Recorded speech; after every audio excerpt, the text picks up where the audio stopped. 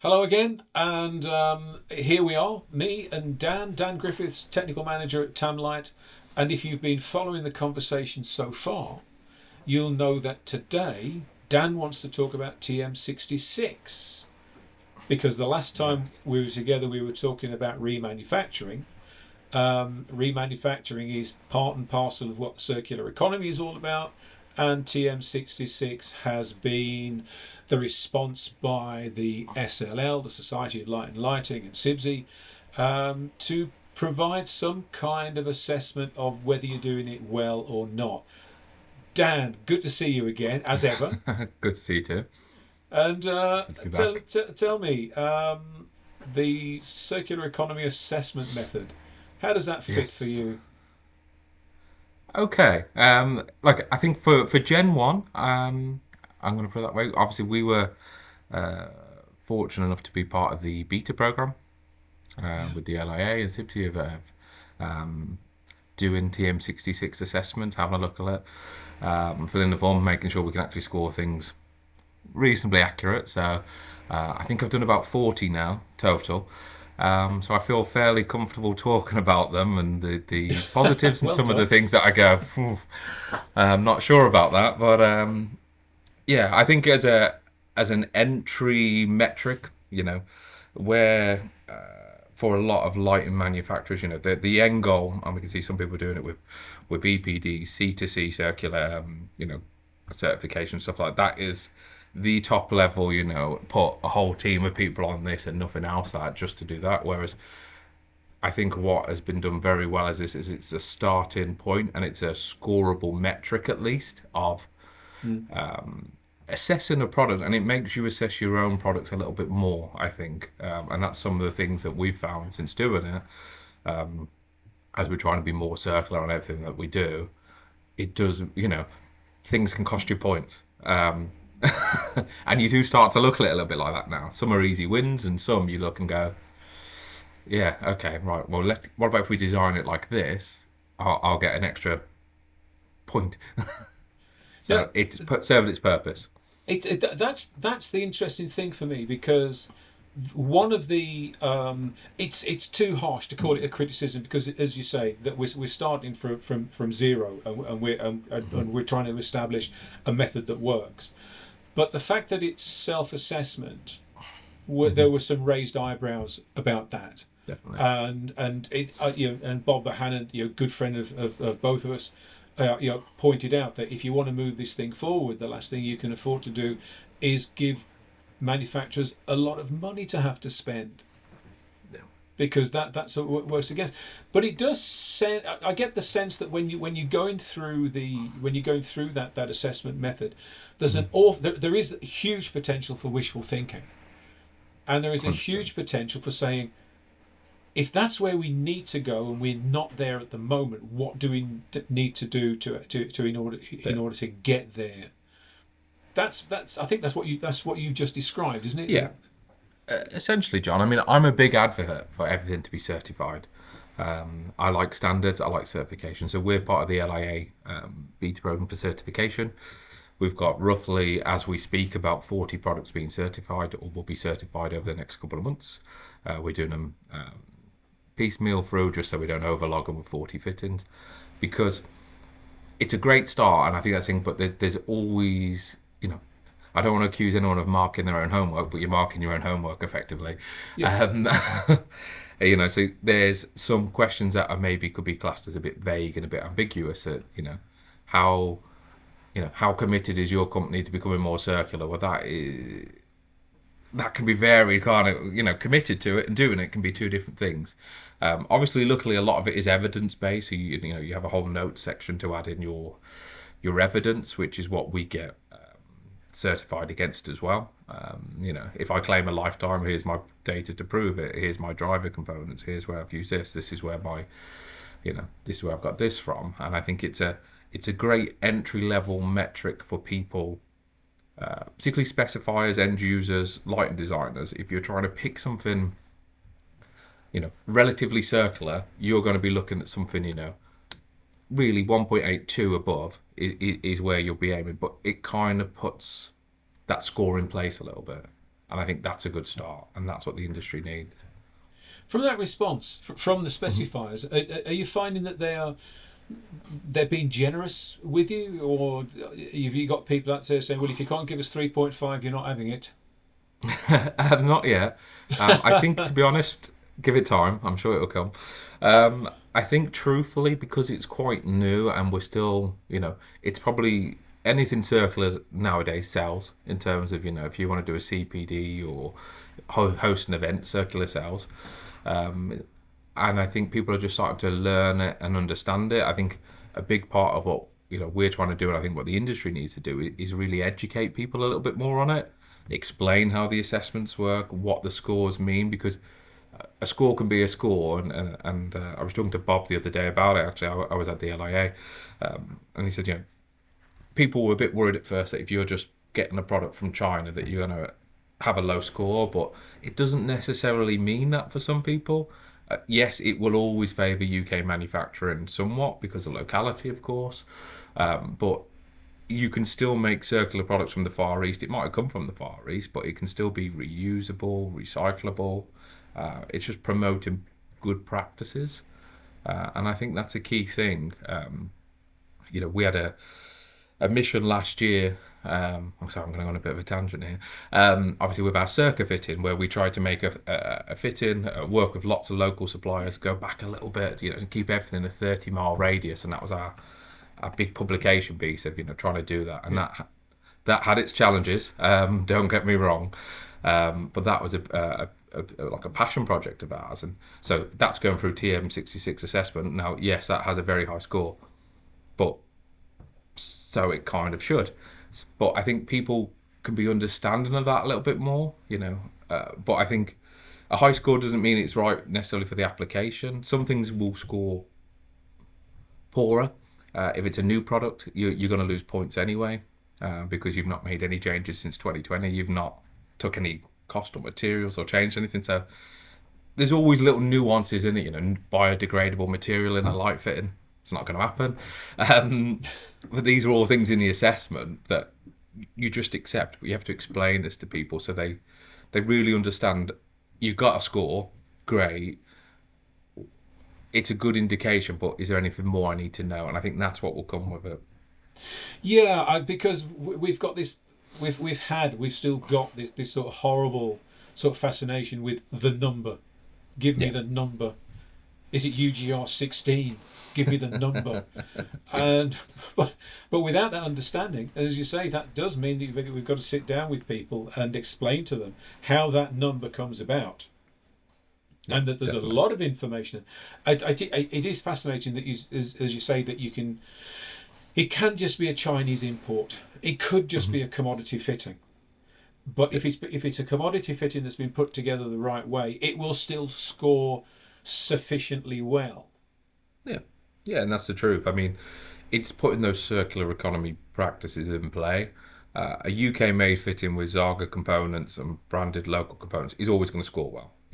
As long as you're not, welding everything together, pop riveting it together, you're going to score well naturally. But, if you bought in a casting and assembled it and you built it in a circular fashion with Zaga board, you can still score over 2 comfortably. And I think, that's a key thing of, okay, there might be mitigations why the casting's not done in the UK. It could be a product bought, but your spec to a Far Eastern company is still to have that. It's just a great metric to really get people looking at their products in a different way. It'd be great if it caught on in the commodity market. It probably a little bit less, I suppose, somewhat, but it's what needs to happen, because in the commodity market is where the thousands are sold daily, and that's where they will end up if not. And I think it's a great starting tool for people to use. Having, as I said, having done 40 of them now, I feel that what it offers at least is some validation to your product design, and then you know things that you can make better instantly. Yeah, in terms of making things better, the whole purpose of TM66 is that thing. It's sort of constant revolution. It's constant improvement. It's always trying to look to see what we're doing today, can we make it better tomorrow. So as far as Tamlight is concerned, were there things that you weren't doing and you went, that's an easy pick, there's no Yeah. reason why we can't shift to that? And have there been things that where you go, I can't see us doing that in the short or medium term? Yeah, definitely. Because that's the way that the Siam form looks. It looks as if there Yeah. ought to be things that we can do all of those, but we can't do. Not for a Yeah. while. Those. Yeah, and I think there's some quick wins when we looked at like QR codes on external labels. Okay, well that's an easy win that we can start to implement. So you can access our data. Our product codes are always linked to our website. We keep our data for over 20 years, so from that element we'll always score well. But I looked at that and went, well, that's an extra. That's a bit towards another point. That's an easy process to put in. Yeah. Some of the other things are a bit more challenging. Obviously, like I said, if you've got biodegradable material, I'm going to look at that as a lighting manufacturing. I look after 4 departments at the moment. One of them being QA, one of them being lab, and one of them being lighting design and after sales and product development. I'd be looking at going, I don't need that hassle later on. I'd rather score down for that and not have anything biodegradable, but have a product that lasts a long time. Yes. Yeah. Yeah. Which it is in a sense is an interesting thing that's in the Siam form. That there's the trendy stuff, as in Yeah. we can make a wooden one. Oh, good. Or you can have one that lasts 20 or 30 years. Yeah. I mean, there's no reason why a wooden light fitting shouldn't last 20 or 30 years, but as you say, making it out of conventional materials and getting exactly. it and getting it to last can be as good as, maybe better than, chopping down a tree and making a light fitting out of it. Oh, 100%. And I think that links back to where we talked about remanufacturing in the last episode. If I'm making carcasses now, we're replacing carcasses of fittings that were 20, 30 years old that we used to produce, way before I was here. I would like to think that in, 15, 20 years, we'll be doing the same. And I think I would always keep to that method rather than trying to make something biodegradable or anything else, just for the complications it comes with, and design limitations somewhat. I think, it's building things to last and building things so they can be replaceable, and that's a key element. Yeah. This is me going off on a bit of a tangent here. A bit of a hobby horse of mine around remanufacturing. That we've concentrated on the work that manufacturers like yourselves are doing, because if we can't get remanufacturing working from someone who's already making the things, then we're never going to do anything at all.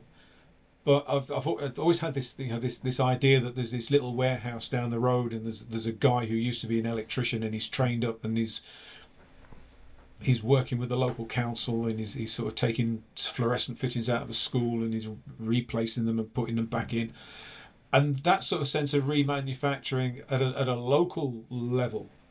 And I wonder with TM66 whether that door opens for the possibility of, if you know, I don't know, let's call it remote but local remanufacture. That you make something, and in your design processes, in your manufacturing processes, you allow Fred and Frida in Rotherham to say, oh, we can work on that because we know it's a Tamlight fitting.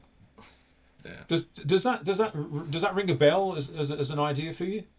Well, that's a key bit that's in CM at the moment, and it's something as a business, we're traditionally a back to base remanufacturing currently, just because obviously that's where our production lines are, knowledge, expertise, QA department. However, when you look at the impact of sometimes bringing everything back, I mean, luckily we are UK distributors. We don't deal with Europe, Middle East, and everywhere else where that gets a lot more complicated. But that would be necessary there, truthfully. I think for us as UK, it's about 400 miles back to base, but could we reduce that in the future and get certified people to remanufacture? Possibility. I think that is a classic example of something from TM66 that's kind of opened everyone's eyes a little bit to, oh, we've never really thought about that before. We send people to go repair fittings, as every company does, if you know what I mean. Well, if someone wanted something, I just need some, new LED boards. I'm really happy with everything else. Can you do something? Well, yeah, potentially. It creates a commercial discussion that Yeah. we've never had before. That recertifying that, making sure it's all right is sometimes the challenge that comes with that, but that can be done with training. It's a new thought process for manufacturers. Okay. Manufacturers, as we've always been, is what's on my production. I've got an order, let's make it. I've got an order. No one's ever really thought about that bit. So that's a good example of what it's bringing that is new to people's thought process. Okay, right. I'm just going to say, just in case anybody can hear what I'm hearing from my desk, that is the sound of recycling in action. They're 2 days late. They should have been collecting those glasses and bottles on Monday, so I have no idea what they're up to. Anyway, let's just finish on this one, Dan, which I think has a relevance, because you just mentioned Europe. We heard yesterday that the government has abandoned the idea of shifting across to UKCA, and we're staying with CE. Who knew? You can still do UKCA if you want to, but now, how heavy was the investment from Tamlight in the UKCA process? Or are you just shrugging your shoulders and say, well, we knew that was going to happen, so we haven't done anything about it? No, we obviously, because we're part of we're LIAQA audited. You could see my face by that. I read the news. I must be honest, this morning, and I thought it was a joke at first. And I was having a chat with the LIA earlier about it. Frustrating would be the word. I've updated all instruction sheets twice, or product labels twice. So if you're like 17,000 product SKUs that we roughly have, all been updated to UKCA. On top of that, obviously, all carton artwork on some of the stuff where there's still printed carton artwork on recycled boxes. Massive, and we've all done it to be in line, and now it's gone. So Yeah. Have they told you where to send your invoice? I could think of a few places. I won't say that on camera. Yeah, that is a good example of something that, well, why do it in the first place if that's the rule? And I think that the problem is with stuff like that, I'm going to go off a bit of a tangent here, is I know from conversations with the LIA, there's so many standards and legislation coming at the moment. Eco Design Directive, people are trying to push through, which has been a minefield. Light Source Directive, potential DENS MEPs. This is just going to make people not do it even more. Because all the companies who have done it to be compliant, as they should have been, and the first deadline before it got extended, we've all just wasted money for no reason. Yeah, horrendous. Yeah. Okay, hey, let's finish on that one. On that little grumpy note. Yeah. Yeah. Thanks, Dan. I think that's been a great little snapshot, though, of the positivity that is around TM66 and what it can do for us, and what it can do for the manufacturing community, and more to the point, what it can do for the specifier and for the end user. Because at the end of the day, we mustn't forget that once we've made it, designed it, sold it, installed it, it's the people at the end who've got to look after it for the next 20 years. So we're doing everything we can to help those guys.